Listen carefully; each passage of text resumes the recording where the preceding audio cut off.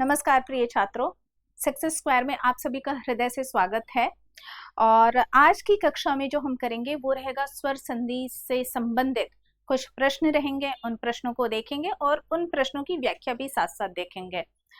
यहाँ पर छात्रों मैं आप सबसे एक बात और कहना चाहती हूँ, जैसे कि आप लोग अगर टीचिंग एग्जाम की बात करें या फिर नॉन टीचिंग एग्जाम की बात करें, आप सभी को पता है जो जर्नल पेपर होता है उसके अंतर्गत हिंदी, अंग्रेजी, गणित और जीएस, साथ में रीजनिंग, कम से कम ये 5 जो अलग अलग विषय हैं, ये निश्चित रूप से हर प्रतियोगी परीक्षा, हर कंपटीशन एग्जाम में आते ही आते हैं। अब होता क्या है कि ज्यादातर जो छात्र होते हैं, ऐसा देखा है मैंने अपने लगभग 14 वर्षों के अध्यापन अनुभव में, ये देखा है मैंने कि छात्र क्या करते हैं कि ज्यादा वो जोर देते हैं गणित, मतलब मैथ्स और रीजनिंग पे पूरा फोकस रहता है उनका, और वहीं पर हिंदी जो है लगता है ठीक है, हिंदी भाषा है, अपनी मातृभाषा है, कर ही लेंगे, है ना।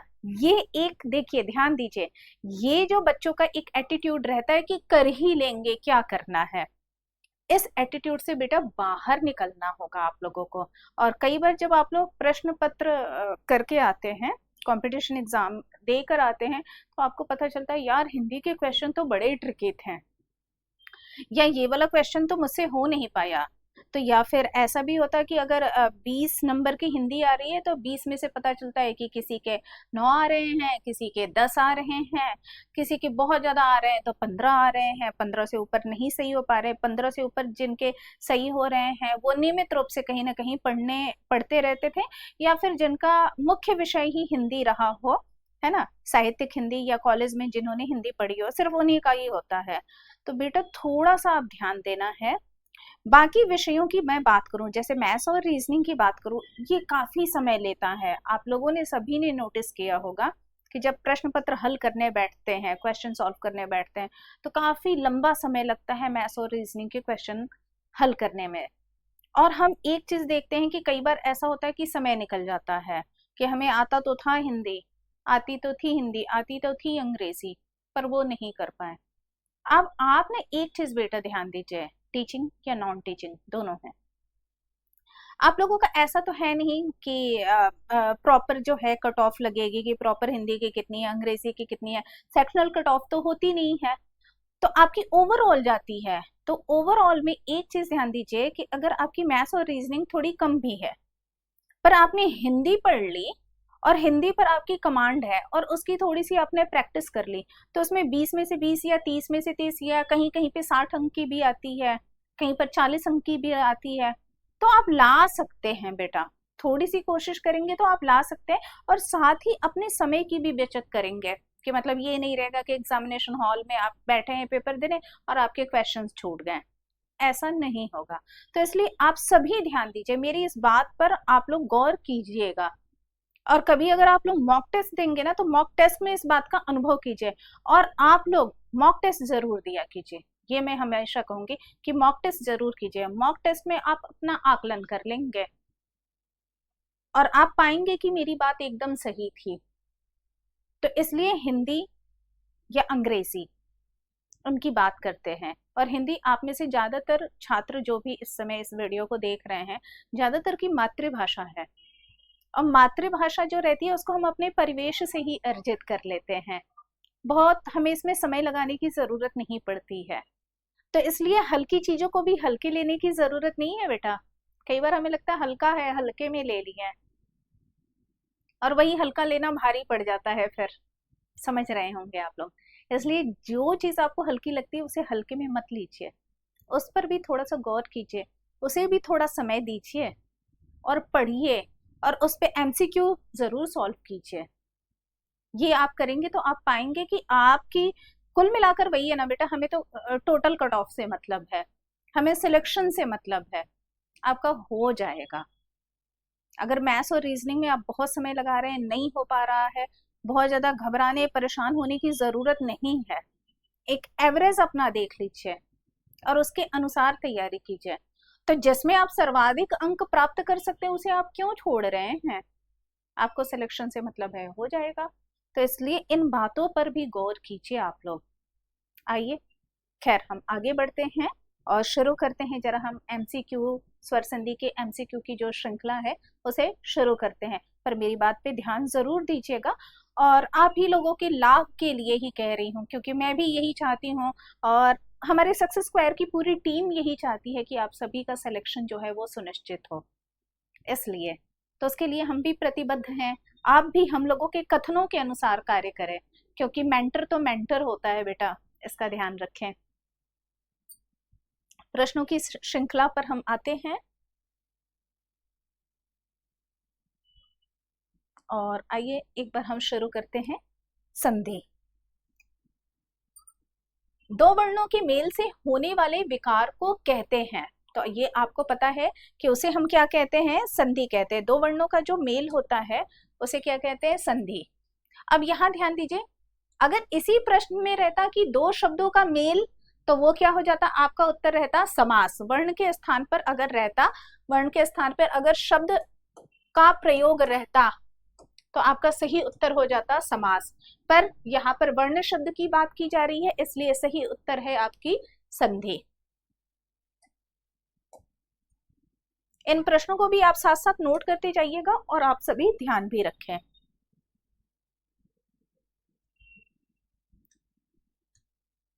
अगले प्रश्न पर आते हैं। संधि कितने प्रकार की होती है या कितने प्रकार के होते हैं? तो अगर संधि की हम प्रकार की बात करें तो 3 प्रकार की, या संधि के 3 भेद होते हैं। आप सभी को पता होगा कौन कौन सी। तो एक हमारी होती है स्वर संधि, स्वर संधि, व्यंजन संधि और अंतिम जो होती है वो हमारी होती है विसर्ग संधि। विसर्ग संधि, ये 3 प्रकार की संधियां होती हैं या संधि के 3 भेद होते हैं, ऐसे आप लोग ध्यान रखेंगे। अगले प्रश्न पर बढ़ते हैं। दयानंद में प्रयुक्त संधि का नाम है। अब देखिए, दयानंद की सबसे पहले हम संधि विच्छेद कर लेते हैं। तो दया जमा आनंद। आप में से कई छात्र दया जमा नंद कर देंगे तो वह गलत होगा। तो दया जमा आनंद, क्योंकि देखिए य का आ और आ आपस में मिल जाएंगे, तो य में क्या हो गई, आ की मात्रा। तो जाहिर सी बात है ये बेटा कौन सी संधि है, ये दीर्घ संधि है। क्यों, आ जमा आ मिलकर समान स्वर जब आपस में मिलते हैं तो वो हमारी क्या होती है, दीर्घ संधि। दीर्घ संधि में आ, बड़ी ई और बड़े ऊ का प्रयोग होता है। तो इस प्रकार आप प्रश्नों पर भी साथ साथ ध्यान देते जाइए। और हाँ, आप लोग मुझे एक बात जरूर बताइएगा कि आपके कितने प्रश्न सही हुए। साथ में ये भी आप लोग जरूर बताइएगा कि कितने प्रश्न आपके सही हुए हैं। 15 प्रश्नों में से कितने प्रश्न सही हैं। आप लोग स्वयं अपना आकलन कर सकते हैं इसके माध्यम से। कपीश में प्रयुक्त संधि का नाम है। शब्द क्या है, कपीश। इसका भी संधि विच्छेद एक बार कर लेते हैं। कपी जमा ईश। अब इसमें हमने क्या देखा कि छोटी ई और बड़ी ई मिलकर क्या बन गया, बड़ी ई। तो कौन सी संधि हुई, अब ये भी हो गई दीर्घ संधि। इसमें भी कौन सी हो गई, दीर्घ संधि। तो सही उत्तर क्या है, दीर्घ संधि। और कपीश का अर्थ होता है हनुमान जी। आप लोगों ने हनुमान चालीसा में सुना भी होगा, जय कपीशति हूँ लोक उजागर। तो ये क्या है, कपीश है, जिसका अर्थ, कपी का अर्थ होता है बंदर और कपीश का अर्थ हनुमान जी। आइए अब आगे बढ़ते हैं अगले प्रश्न पर। सदैव में प्रयुक्त संधि का नाम है। तो इसका भी संधि विच्छेद एक बार करके देखते हैं। सदा जमा एव। नियम क्या लगा, आ जमा ए मिलकर हो गया ए। द में लग जाएगी ए की मात्रा। तो जहां ए की मात्रा लगती है और ओ की मात्रा लगती है वो संधि हमेशा क्या होती है, वृद्धि संधि होती है। अब इसमें सही उत्तर तो स्वर संधि है। स्वर संधि के भी अंतर्गत पूछ ली जाए कौन सी संधि है, तो वो है आपकी वृद्धि संधि। स्वर संधि के भी अंतर्गत वृद्धि संधि है। तो ये सब आप नोट कर सकते हैं। ये कौन सी संधि है, स्वर संधि के अंतर्गत वृद्धि संधि। अगले प्रश्न पर बेटा, इनमें कौन स्वर संधि का उदाहरण है? पहला है संयोग, दूसरा है मनोहर, तीसरा है नमस्कार और चौथा है पवन। एक एक का हम संधि विच्छेद करके देखते हैं। संयोग का संधि विच्छेद करेंगे तो समजमा योग, इसको अगर हम ध्यान दें तो यहाँ पर आना चाहिए था, अगर स्वर संधि रहता तो स्वर आता, पर यहाँ पे स्वर नहीं, यहाँ तो व्यंजन है, तो जाहिर सी बात है ये स्वर संधि तो है नहीं, तो फिर कौन सी संधि हुई? संयोग में हो गया आपकी व्यंजन संधि। संयोग में कौन सी संधि है? व्यंजन संधि है, तो इसलिए ये उत्तर नहीं होगा।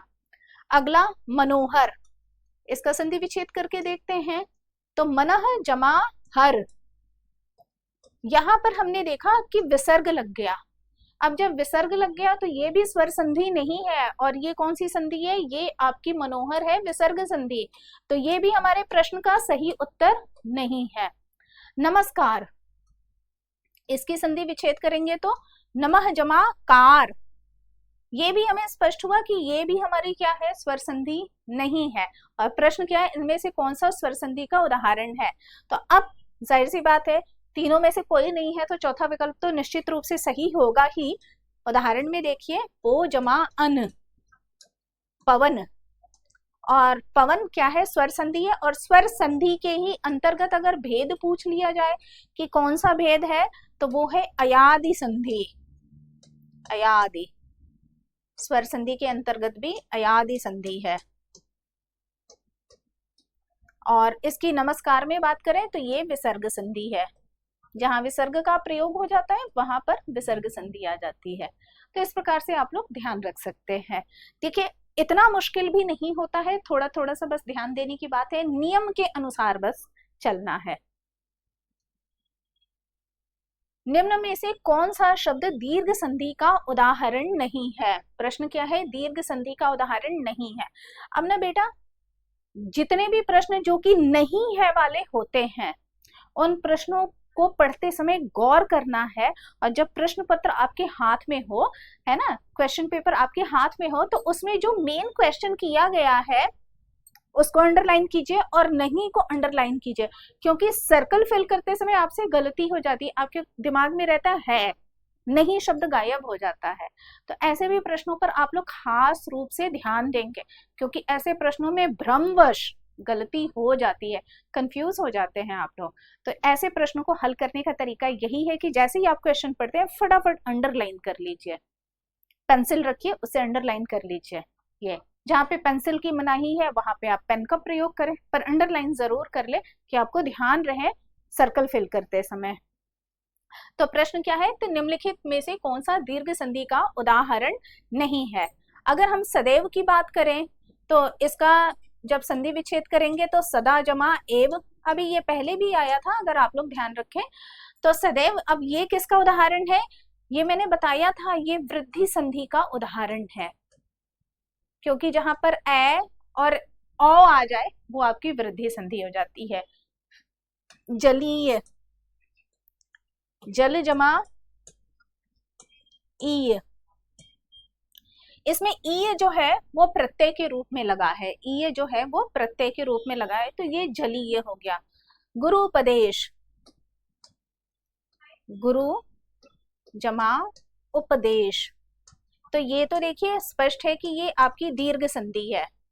यहाँ पे ल के नीचे आप चाहें तो हलंत भी कर सकते हैं, वैसे होगा नहीं, मुख्य रूप से यहाँ पर ल पूरा ही रहेगा। मूल शब्द है और मूल शब्द में प्रत्यय लगा, इसलिए इसको दीर्घ संधि के अंतर्गत ही ले लिया जाएगा, एक प्रकार से इसको दीर्घ के अंदर ही ले लिया जाएगा। गुरु जमा उपदेश, ये क्या हो गया? गुरुपदेश, तो ये हमें छोटा ऊ और छोटा ऊ मिलकर र में बड़े ऊ की मात्रा, तो ये तो स्पष्ट है कि ये तो दीर्घ संधि है ही है। परमोदार्य, इसकी बात करें तो परम जमा औदार्य,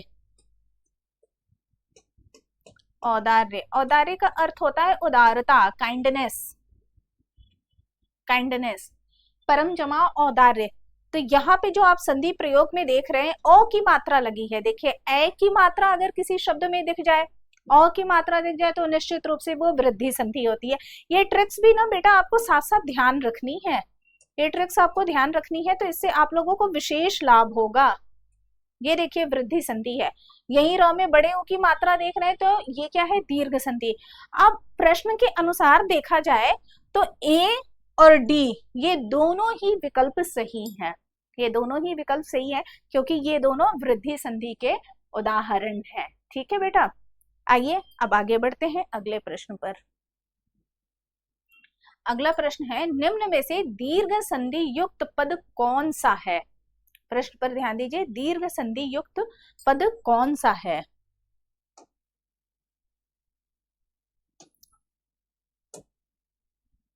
यहाँ पर थोड़ी सी वर्तनी त्रुटि है, ये आधा त रहेगा, इसको मैंने ठीक कर दिया है।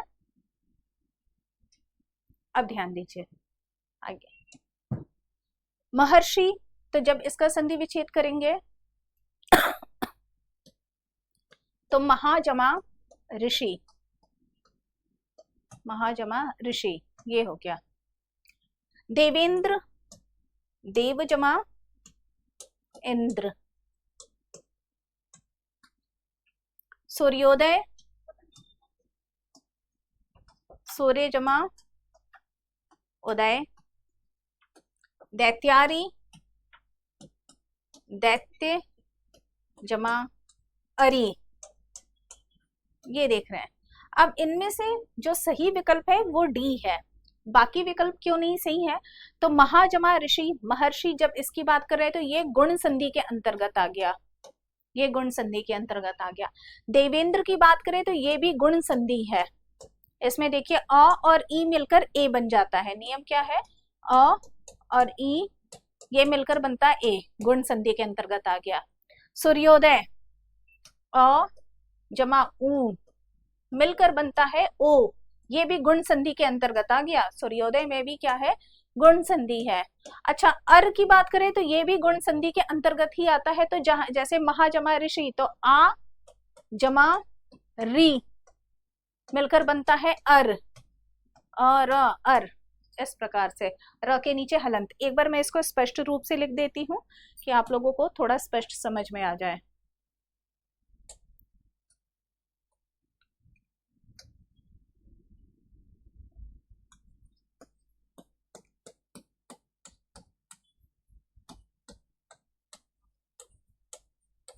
तो महर्षि जो है इस नियम के अनुसार बना।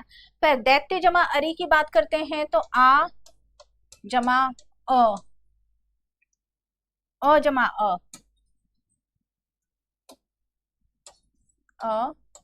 जमा अ मिलकर बनता है आ, दैत्यारी, ये शब्द हो गया। अब इन शब्दों के अर्थ भी अगर आप लोग जानना चाहते हैं, महर्षि का अर्थ तो आप लोगों को पता होगा, जो महान ऋषि होते हैं उनको। देवेंद्र, ये कई बार इंद्र या शिव को भी संबोधित कर दिया जाता है, देवेंद्र। सूर्योदय मतलब सूर्य का उगना। दैत्यारी, दैत्य का अर्थ होता है राक्षस, अरि का अर्थ होता है शत्रु। ये हो सकता है मैंने आप लोगों को पहले भी बताया हो कि अरि का अर्थ होता है शत्रु या दुश्मन, शत्रु या दुश्मन। तो ये क्या हो गया? दैत्यारी, और ये हो गया देवता का पर्यायवाची। ठीक है, ऐसे भी आप लोग पर्यायवाची शब्द भी याद रख सकते हैं। अगले प्रश्न पर, पवित्र में प्रयुक्त संधि का नाम है यण संधि, गुण संधि, अयादि संधि या फिर वृद्धि संधि। एक एक बार हम देखते हैं। एक बार इसका पहले, पो जमा इत्र, ये मिलकर बन गया पवित्र। पो जमा इत्र मिलकर बना पवित्र। नियम क्या है? ओ और ई मिलकर बनते हैं अवी, तो इस प्रकार बना है पवित्र। और ओ और ई मिलकर जो अवी बनता है ये आता है अयादि साधि, अयादि संधि के अंतर्गत, अयादि संधि। तो अब जो सही विकल्प होगा आप ध्यान दीजिए, क्या है? अयादि। सही विकल्प क्या है? अयादि संधि। तो ऐसे ऐसे आप संधि को भी आप लोग ध्यान रख सकते हैं। और बेटा जितने हम प्रश्न हल करते हैं ना, उतने ही हमारे कॉन्सेप्ट और ज्यादा क्लियर होते जाते हैं, जो डाउट्स होते हैं वो रिमूव होते चले जाते हैं।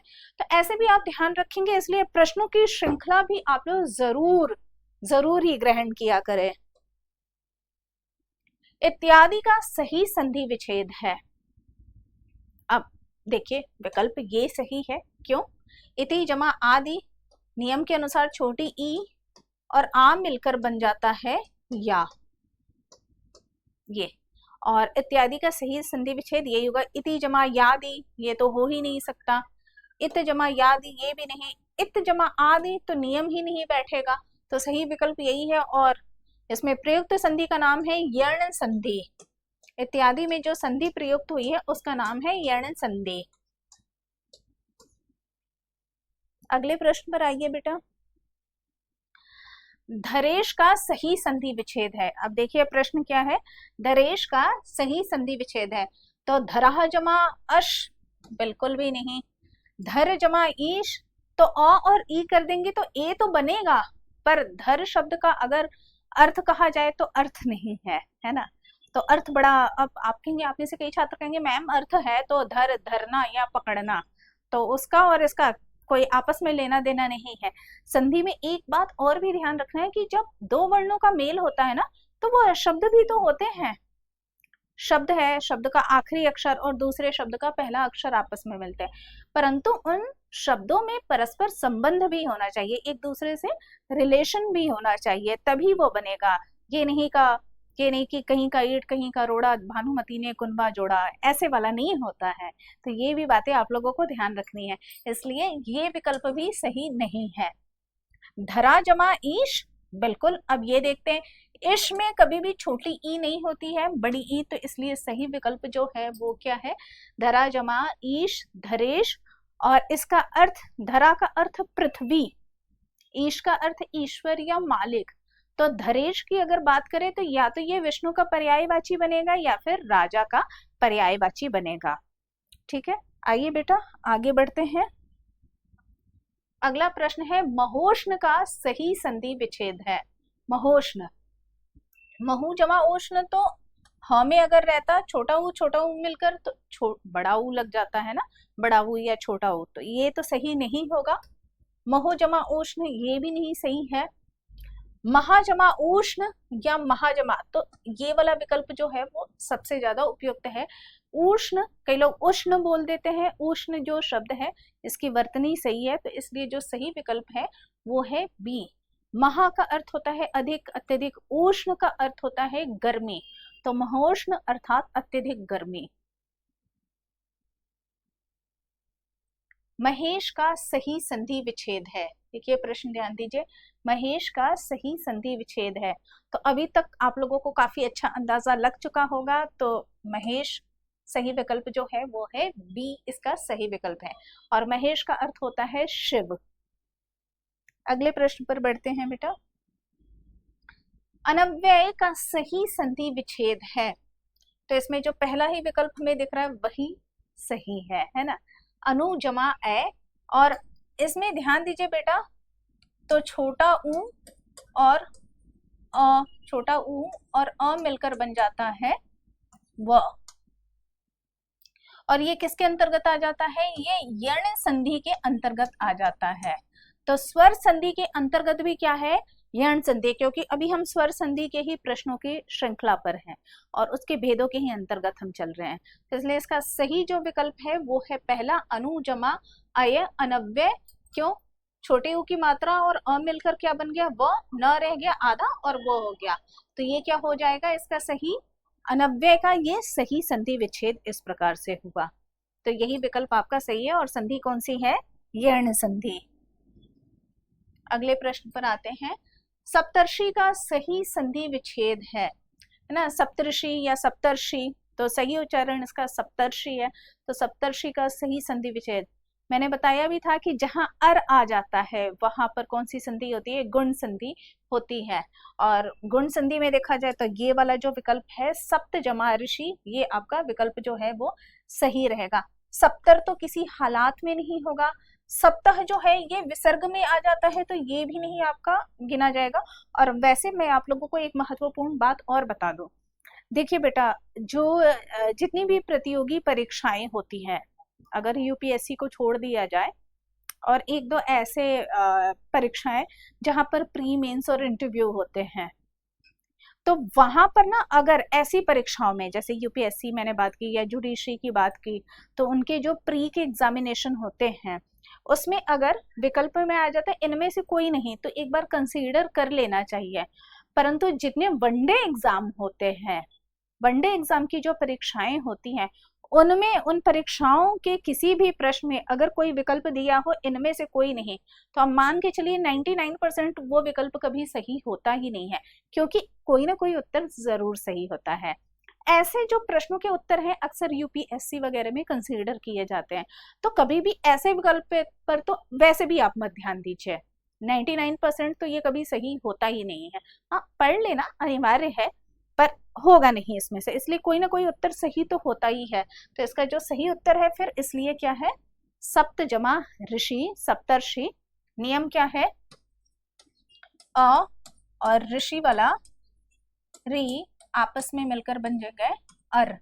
र क्या है, आधा, और वो रेफ के रूप में यहाँ पर देखिए जाके लग गया यहाँ पर, तो ये क्या हो गया, सप्तर्षि हो गया। और सही संधि विच्छेद यही है। और संधि का नाम पूछा जाए तो ये कौन सी संधि है, ये है गुण संधि।